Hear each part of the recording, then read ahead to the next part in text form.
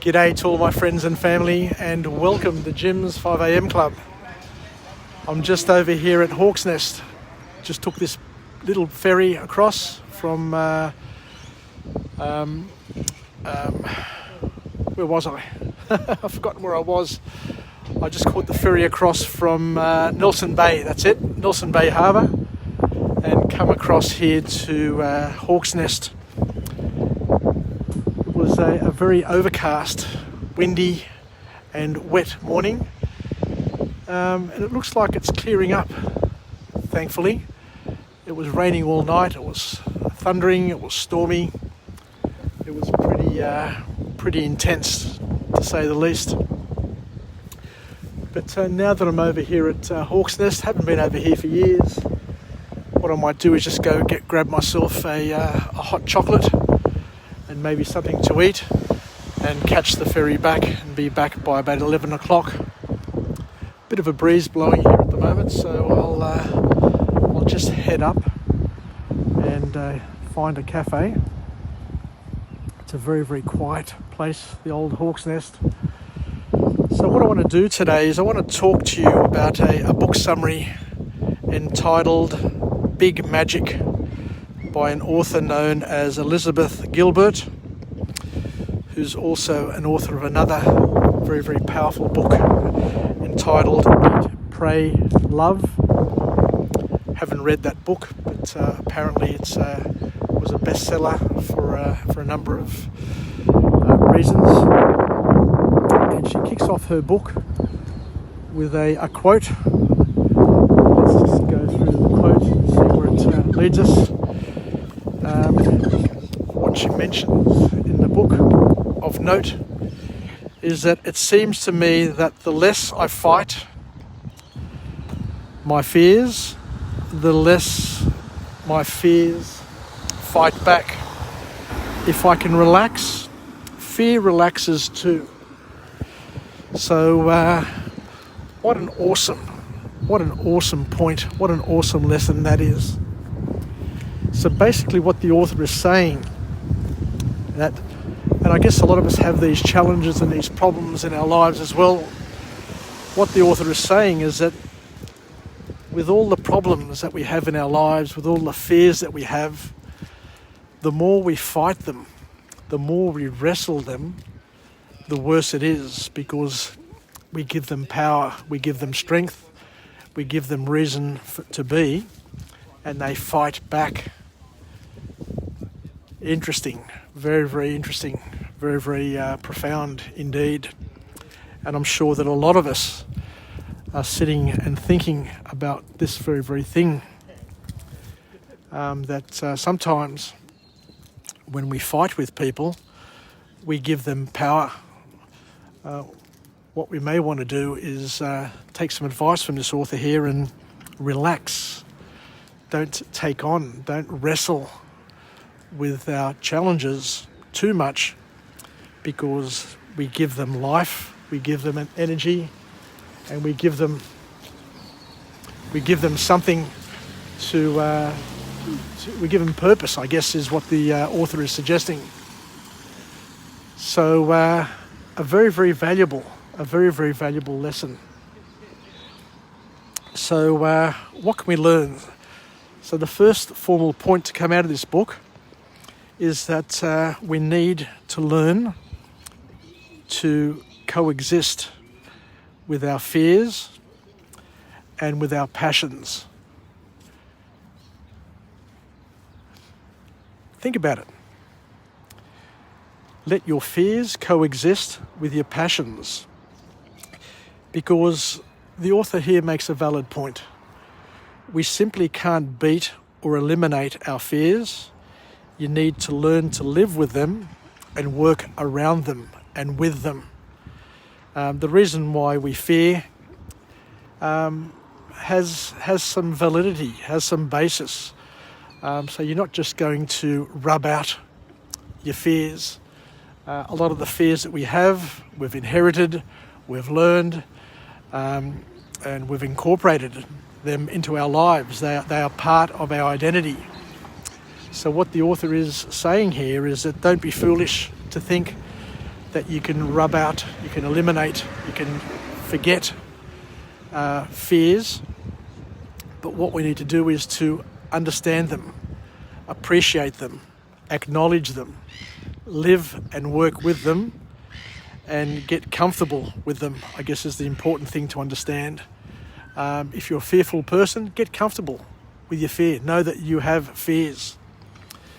But we need to put, this is the important point, this is the really important point, we need to put the fears in the back seat and not let them take control of the wheel to our lives.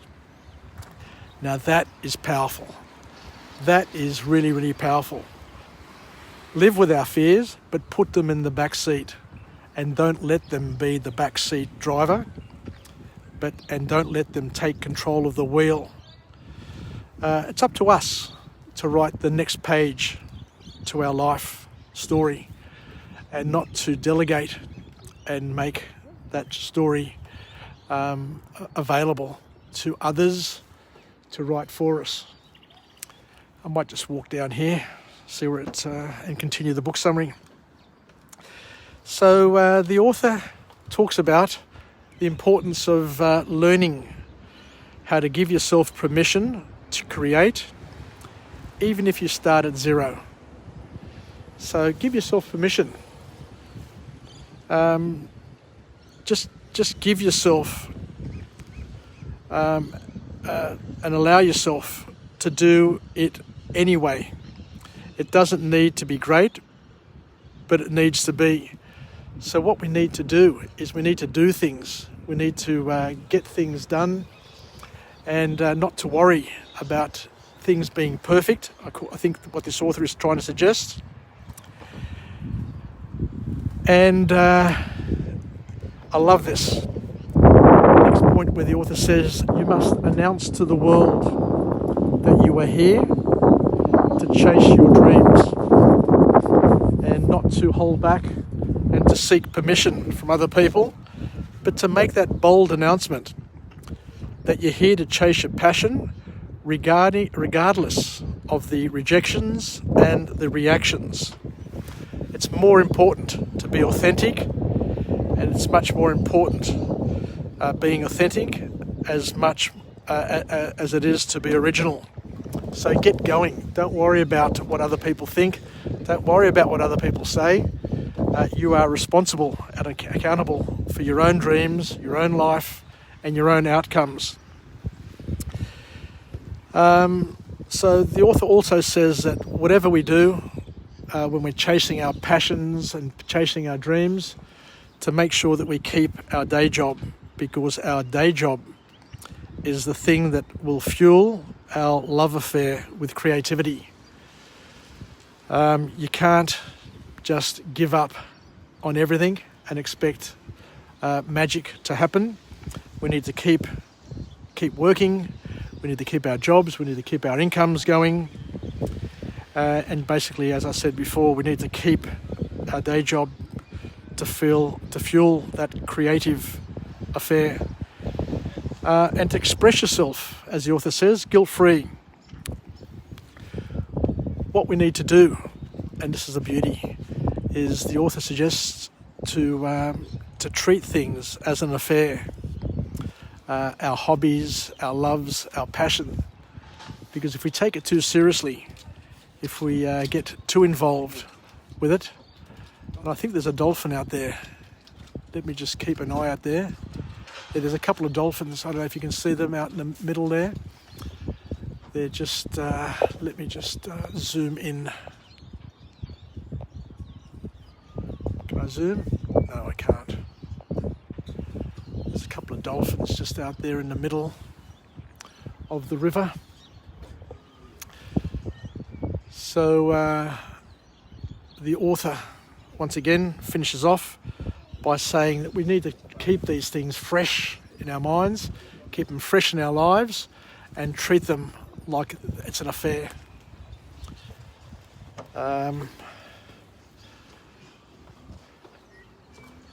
And that's about it. So thank you very much for joining me on this episode of Jim's 5am Club, where I come to you from the picturesque and beautiful Hawk's Nest. There are a few dolphins over there just by that green pole. And what I'll do is I'll just go and grab myself a hot chocolate and something to eat just quickly before the ferry starts heading back. So thank you very much for joining me. Thanks a lot for joining me on this episode of Jim's 5am Club. And we'll finish off with a positive affirmation. I'm alive, I'm well, I feel absolutely great. To my friends and family, stay connected, stay relevant, stay reasonable. And let's make the most of this day, even though it's overcast, even though it's cloudy, even though it's cold and windy. There is a beauty in every moment that we have, and it's up to us to make the most of it. Yasas, take care, and we'll chat again. Bye for now. Bye.